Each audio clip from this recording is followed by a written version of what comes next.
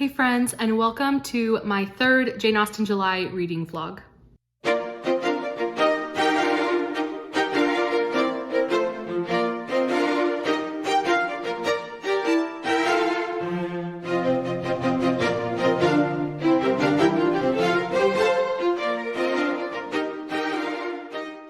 So it's July 22nd at the time that I'm filming this, and I just cannot believe how fast this month has flown.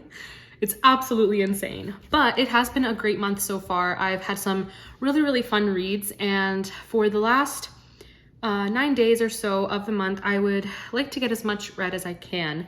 I haven't been reading as much as I normally would like, but I still read a lot this month, so I shouldn't complain. But I did have some other books that I just haven't gotten to yet.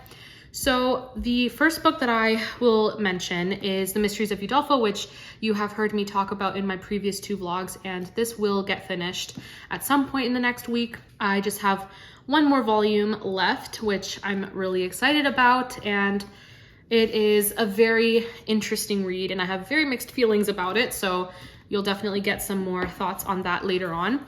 And at the end of my last vlog, I mentioned that I had started a Castaway in Cornwall, and I am now about 75% of the way through, so about 3/4. And so far I have been enjoying this, but it is quite a slow moving story. The plot has been quite slow. The beginning of the book really captured my interest. It's set in Cornwall, as the title suggests, and it definitely does give off Poldark vibes. You have a lot of people who speak the old Cornish language, and I'm listening to the audiobook as well, and the narrator does a really good job with the accent, which is a lot of fun.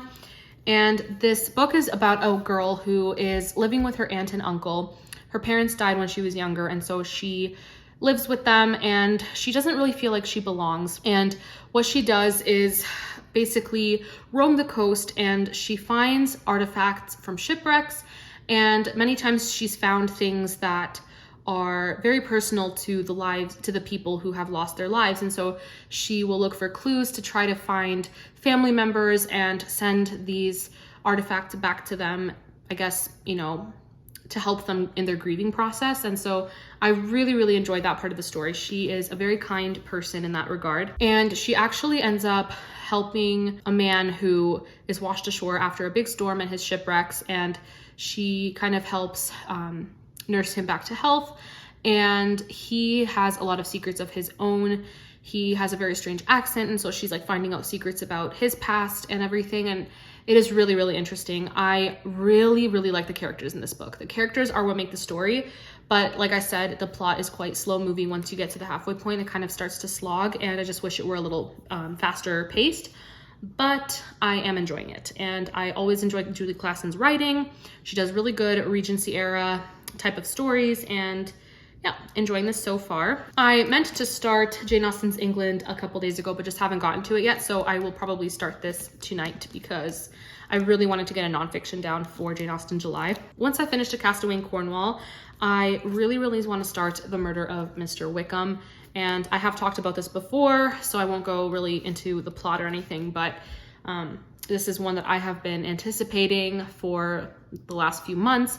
Ever since I knew this was coming out, I've just been dying to read it. So this is definitely a priority for this reading vlog. The next book I'd like to read is Jane and the Unpleasantness at Scargrave Manor, and this book is just basically Jane Austen as an amateur sleuth, and I would really like to read it because I have heard great things. So those are the plans, and then if I'm able to finish A Castaway in Cornwall, as well as the nonfiction and The Murder of Mr. Wickham and the Scargrave Manor book. So these are like my 4 priorities. I definitely will finish The Mysteries of Udolpho, but besides this book, those 4 books are my priority. And if I can finish them and still have some time, then I have 2 books that are options, again, if I can get to them. The first one being Lizzy and Jane, which I've also talked about before. It's a contemporary where it's basically like a retelling of Lizzy and Jane Bennet from Pride and Prejudice. So we'll see if I can get to that one. And the other option is Arabella by Georgette Hare. And Georgette Hare has written so many Regency era romances, and I really have enjoyed her so far. So those are options. We'll see if I can get to these 2. But for this vlog, these are the priorities. So I guess we shall see. So the next couple days, I have quite a lot going on actually. Tomorrow I have a wedding, and then Sunday I have a tea party that my aunt is hosting at her house. So I will probably take you guys along to the tea party and let you guys know also what I've been reading, what my thoughts are. But yeah, so that is just a little intro to the vlog, and I'm just gonna go and start reading because it's already quite late and I'd like to get some reading done tonight before I go to bed. So let's go read.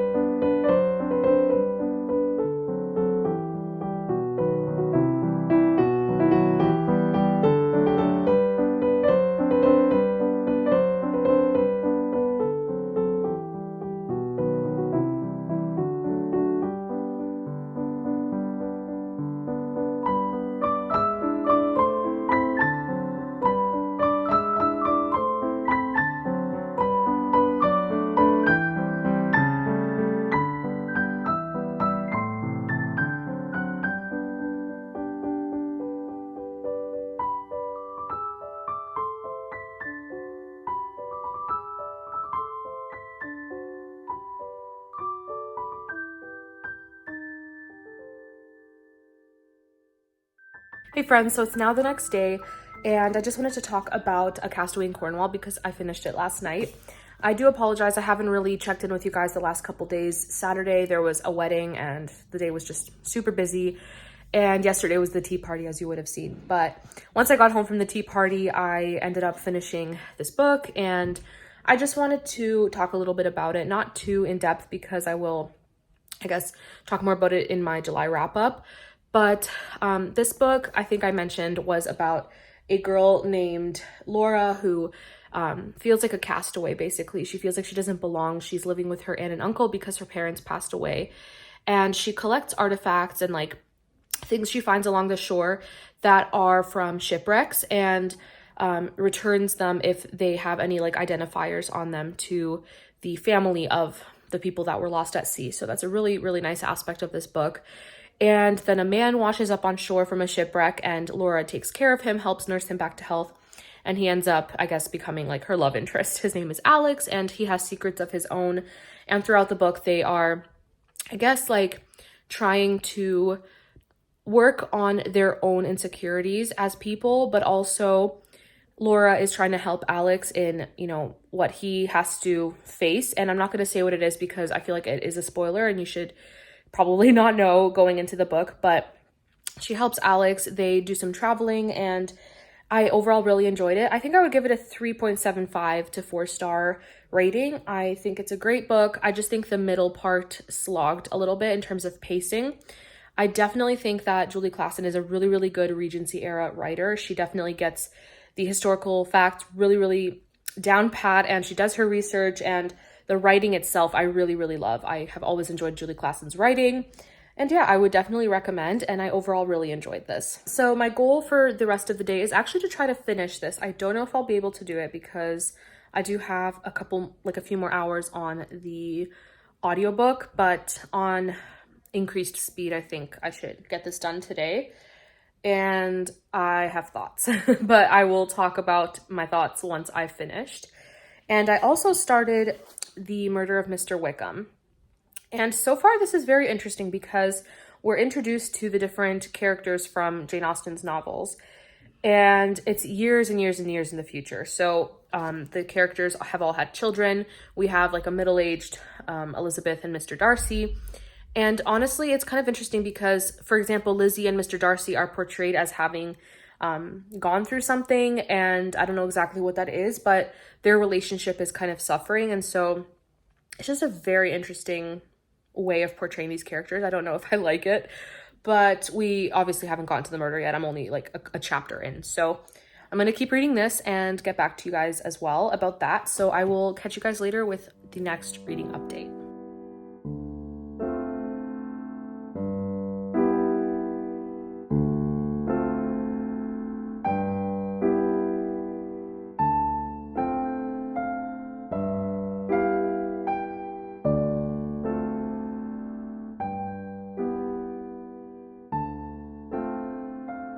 Hey everyone, so I just finished the Mysteries of Udolpho.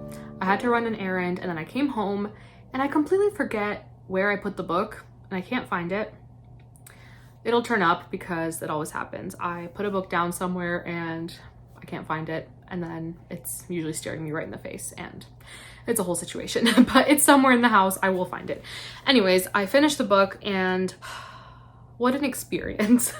So this is one of the most long-winded, verbose, like unnecessarily verbose books I think I've ever read. And I feel like it almost puts Dickens to shame with how verbose it is. And yeah, it's too much, like way too much. It could have been at least 200 pages could have been, you know, taken out if it were edited properly. But for the sake of, you know, the fact that this is one of those books that really laid the foundation for like gothic romances and stuff like that, I feel like it's still a pretty incredible book.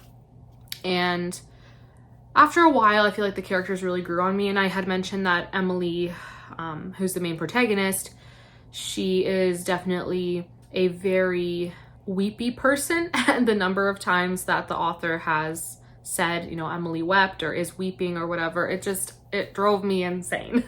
Very weepy.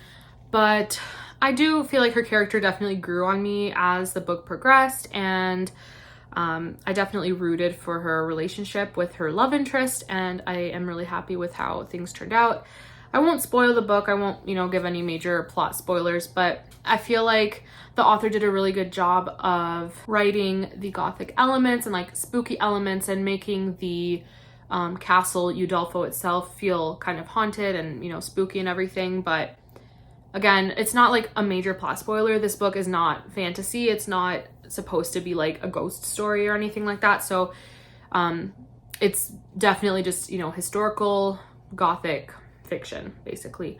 And the author did a really good job of like giving these elements and making you feel like something very sinister is happening, and then the reveals kind of, you know, put you at ease. But it was done in a really good way. And I feel like if you like gothic fiction, if you like gothic elements in your books, this may be a book to try out just to kind of see one of the first, you know, gothic books out there and how it was written, and, you know, maybe take your time with it because it's quite long.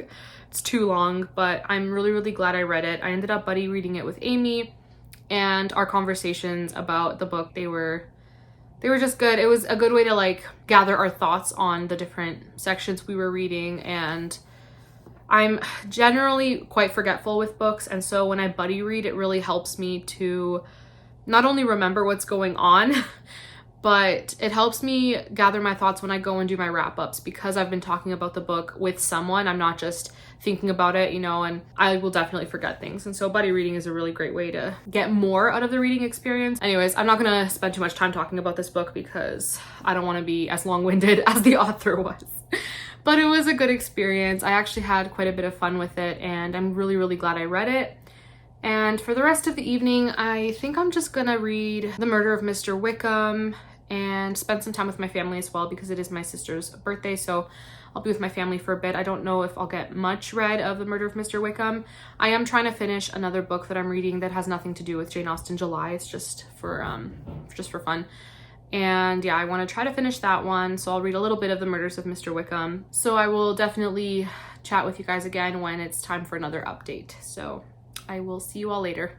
Good morning, everyone. It is now the next day. I have my coffee in my Jane Austen mug because this is the best way to start the day. And I kind of have, no, I wouldn't say sad news, but it's not what I was hoping would happen. But I'm DNFing The Murder of Mr. Wickham.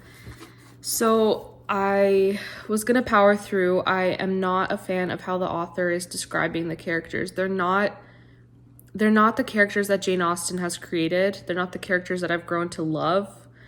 I don't know, the author's just kind of, I guess, like trying to make them very unlikable, and I understand why, because it's a murder mystery. And I can't get behind it. I'm not enjoying it, and I feel like even if I powered through, I would probably only give this a 2 stars. I spoke to someone who actually read this book, and they were saying that even the ending itself, like the resolution to the murder, was nothing special, and I just don't want to power through and then end up just giving it, 2 stars. So I'm putting it down. Kind of sad, but it's okay because I do have another mystery that I can read. So I think I'm gonna try reading Jane Austen and the Unpleasantness at Scargrave Manor. I've heard this one is really good and really fun and unique and things like that, so I'm excited for it and I have high hopes. And I'm also going to continue on with Jane Austen's England, which is the nonfiction book that I have out from the library. I'm just probably not going to read Jane Austen at Home by Lucy Worsley because that still hasn't come in from the library. If it comes in sometime in August, I guess I'll read it then, but yeah, that's just not, it's not going to happen this month. But I will catch up with you guys when I've read a little bit of Jane and the Unpleasantness at Scargrave Manor, as well as the nonfiction book. But before that, I finally have a couple packages that came in the mail. And I'm pretty sure these were the books that I ordered that were just taking way too long to get here. And I think the other one was one that was lost in the mail, so I'm just gonna open them. If you have seen my recent book haul, you would know what I'm talking about. But the first one is At Bertram's Hotel by Agatha Christie. I'm really, really excited to finally have that one. And then the other one is Lion in the Valley by Elizabeth Peters, which is Amelia Peabody, book number 4. So I finally have this book and can continue my read through this series. So I'm very, very excited to finally have these 2 books. And now I'm just waiting for, what was it? Wives and Daughters by Elizabeth Gaskell. That one still hasn't shipped. So we'll see what happens because I ordered that from Indigo weeks ago. So that's that. I did want to mention that I've also been watching the 2009 Emma adaptation and I'm loving it. It's so good. I feel like if I try watching another adaptation, they just won't live up to how much I love this one because that usually happens. The first adaptation I watch, if there are multiple for a movie, I end up loving the most. I guess it's the fact that it was the first one, I don't know exactly why, but it's so good. It's so perfectly cast. Like each character is just perfection. I absolutely love this adaptation. And yeah, I need to continue watching the Pride and Prejudice miniseries because it's one of my favorites. But that's it for this little update and I will see you guys with my next one.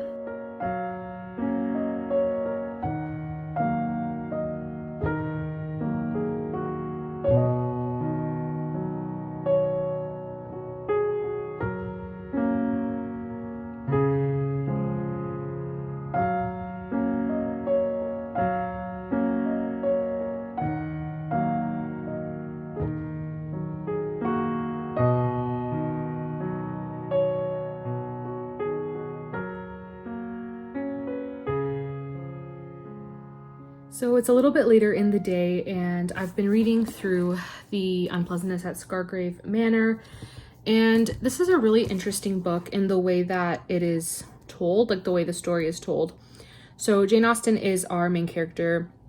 She is visiting Scargrave Manor. It is her friend's house. Her friend has recently married someone much older than her, but for financial reasons, this was like a good marriage match. What's new in Regency era and like even the Victorian era. So she's at this house and there is a ball being held. It is the middle of winter. It's really, really cold. This actually would have been a good book to read in the winter time because it does take place in the winter and I didn't even realize that, but there is snow. When I first picked up this book, I didn't really look carefully at the cover, but there is snow, the Scargrave Manor, and Jane is writing in a journal because this book is basically her writing in her journal. So she arrives at her friend's house and there is a ball and her friend's husband gets sick. He starts, he gets violently ill. He's puking and it's absolutely disgusting. And he ends up being taken to bed where he later dies. And so Some people think that it was just something to do with his digestion, and I'm pretty sure that's what his wife thinks. But Jane believes he was poisoned because it's like he was given something to cause him to vomit like uncontrollably. And yeah, pretty nasty, pretty gross. But he ends up dying, and that's kind of, I left off with Jane kind of contemplating what happened and thinking about the different people who were at the ball. And we're introduced to like 5 characters roughly who all may have a motive. We don't quite know just yet, but there are a couple who do seem like suspects who could have maybe wanted the Earl who passed away, maybe wanted him dead. And so they're kind of at the top of the suspect list right now, but we don't know too much about the other characters just yet. But it's a really, really interesting book. It definitely gives off Jane Austen vibes because of the writing.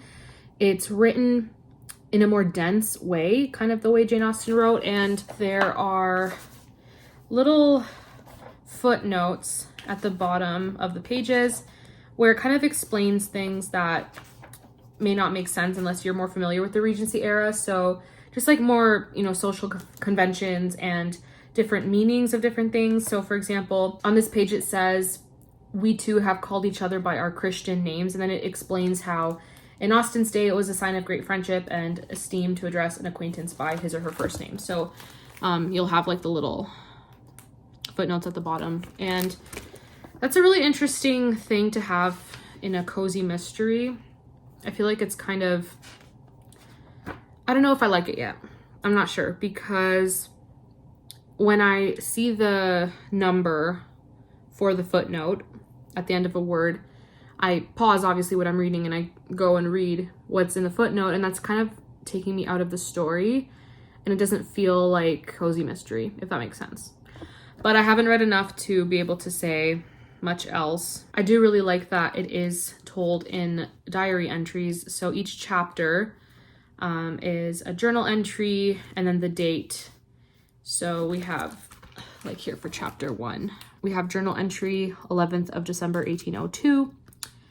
And yeah, it's just Jane Austen writing in her journal. And that's pretty much all I have to say for the book so far. I do want to try to get to the halfway point today, but we'll see, because I haven't really read much of Jane Austen's England, which I would really like to read a little bit from.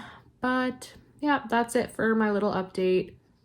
I'm gonna go read some more and catch up with you guys later.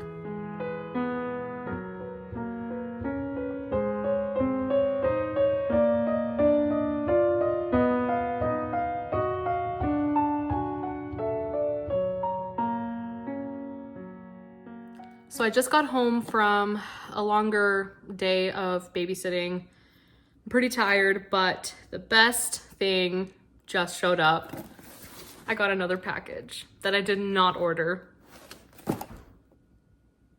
I can't. I just can't. I can't. I always kind of just sit here in awe when this happens, because I don't have words, but I'll just open it. We'll see who it's from. We'll see what it is, because I'm just blown away. It's wrapped. Oh my goodness.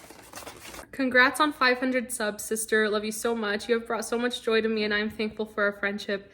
I can't wait to see the beautiful holiday vlogs, or vlog, lol, using some of these recipes. Wait, I think I know what it is. Oh my gosh. Amanda, you didn't have to wrap it. Did I say it's from Book Lover Amanda? My girl. Oh my gosh. And you paid extra to wrap it? Girl! Making my day. Let's see what this is. I think I know what it is, and I'm already just... Oh my gosh.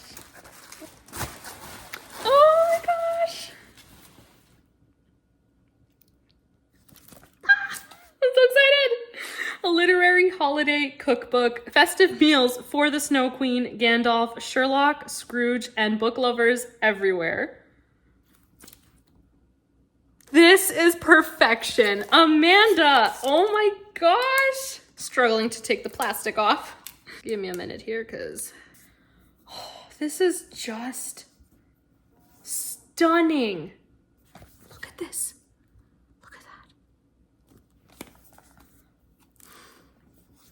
I was actually just thinking about Christmas and how I want to do some sort of Vlogmas and do some baking, but recipes that have to do with books. Amanda, this is perfect. Oh my gosh.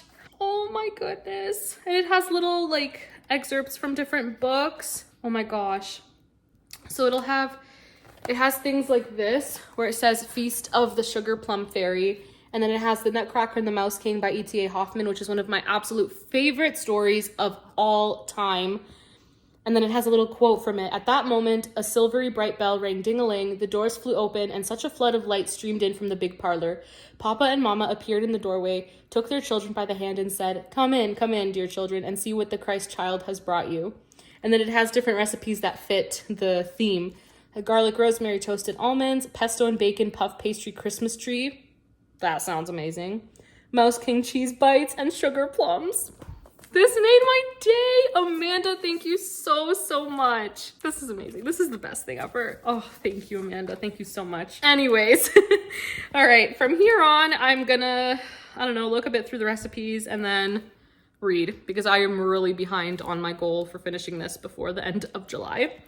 I have to read a bit of this, and I also need to read more of Jane Austen's England, which is okay. I feel like the writing style in Jane Austen's England is a little more like textbook, kind of very factual, but not as engaging as I was hoping it would be, especially for nonfiction. Like I really struggle with nonfiction. So we'll see how much I get read of Jane Austen's England. I'm not quite sure if I'll finish it, but this is the priority and I'm behind.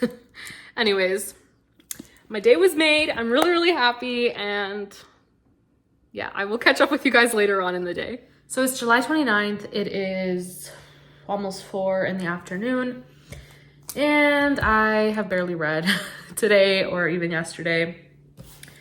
But I think that has to do with the fact that I was pretty disappointed in one of the books, and then the other book was just a bit of a hard time, you know, getting through it. But the book that frustrated me, and I actually ended up DNFing it, and I'm so sad, but I DNF'd Jane and the Unpleasantness at Scargrave Manor. It just, like, okay. When I started it, I was interested because the writing kind of reminded me of Jane Austen's novels. It was very much like on the denser side. If you've read Jane Austen, you know you need to focus a little bit more to understand what's going on. So that's kind of how I felt, and it takes place in the winter, so it was like really cozy and wintry. But after like 6 chapters, I was just so bored. And the characters were just not that interesting. There wasn't really anything in this book to keep me engaged and to keep me, you know, wanting to read more. The writing honestly was really dry. So I feel like the author tried to kind of sound like Jane Austen, but it just ended up being really dry. I don't know. It's just, this book wasn't it for me. Yeah. Unfortunately, not great. And then the other book that I actually finished is Jane Austen's England. This was frustrating because there were parts that I was really interested in, and it was like very random things, like, you know, home decor, and then something random like how they raised children. But this book was just very unengaging for me. And I've seen a lot of people describe it as engaging. And so maybe it's a me problem, you know, maybe it's just my personal tastes, but the writing style, it felt like I was reading a textbook, and that kind of frustrated me. But like I said, there were some interesting parts in it. And I feel like if you are really interested in Georgian England, Regency England, I think this is pretty comprehensive, but again, just too like textbook-ish for me. Like I feel like this could have been a reading for a class on Georgian England, and I definitely feel like I would have enjoyed it more if it were more engaging. And yeah, I don't know, just this was interesting. So I ended up giving this 2.5 stars, I think. I also started Lizzy and Jane by Catherine Ray, and I think this is going to be the last book that I read for Jane Austen July. just because we only have a couple days left in the month and I am reading a couple other things. But this one, I didn't really know what it was about going into it, and I'm only 10 pages in, so I really don't know what to expect. But this one says, Elizabeth left her family's home in Seattle 15 years ago to pursue her lifelong dream, chefing her own restaurant in New York City. Jane stayed behind to raise a family. Estranged since their mother's death many years ago, the circumstances of their lives are about to bring them together once again. Known for her absolute command of her culinary domain, Elizabeth's gifts in the kitchen have begun to elude her, and patrons and reviewers are noticing. In need of some rest and an opportunity to recover her passion for cooking, Elizabeth jumps at the excuse to rush to her sister's bedside when Jane is diagnosed with cancer. After all, Elizabeth did the same for their mother. Perhaps this time it will make a difference.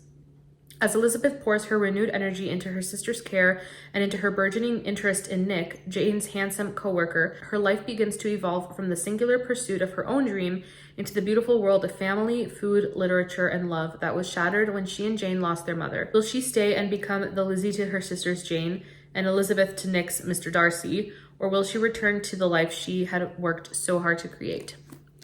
So like I said, only read about 10 pages, and the main character, Elizabeth, is definitely struggling in her restaurant, and I left off where she was introduced to a new, I guess, co-worker, someone to come help, and she feels like, he doesn't really belong there. So she's not in a happy place, and it says on the back that her sister gets diagnosed with cancer. I haven't gotten to that part yet, but I have high hopes for this one because the last two were, I guess, duds. So fingers crossed for this. I really hope I like it. I really, really hope I like it. But I'm gonna go read outside. It is pretty warm out, but I think it's nice enough to be able to sit out in the backyard and get some reading done. So got my coffee in this adorable cat mug. I just love it so much. So let's go read.